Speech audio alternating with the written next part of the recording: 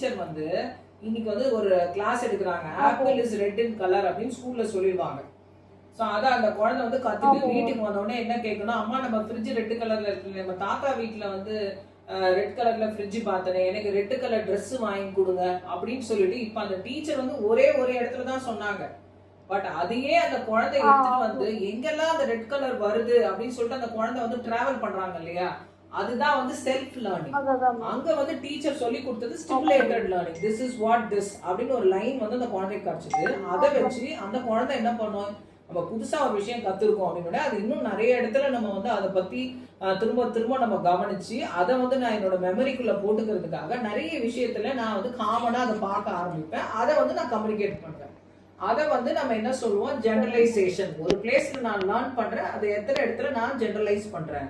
இப்போ உங்களோட குழந்தைக்கு வந்து ஜெனரலைசேஷன்ல இஷ்யூஸ் இருக்கு.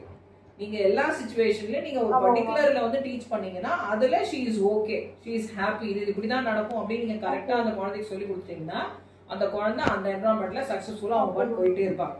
அதுல ஏதாவது சேஞ்சஸ் வந்தாலோ அதுல ஏதாவது மாற்றம் வந்தாலோ டிஃப்ரெண்டா இருந்தாலும் எப்படி ரியாக்ட் பண்ணணும் அந்த குழந்தைக்கு தெரியல. அப்படின்னா என்ன அர்த்தம், ஜெனரலைசேஷன் பண்ணிக்க முடியல.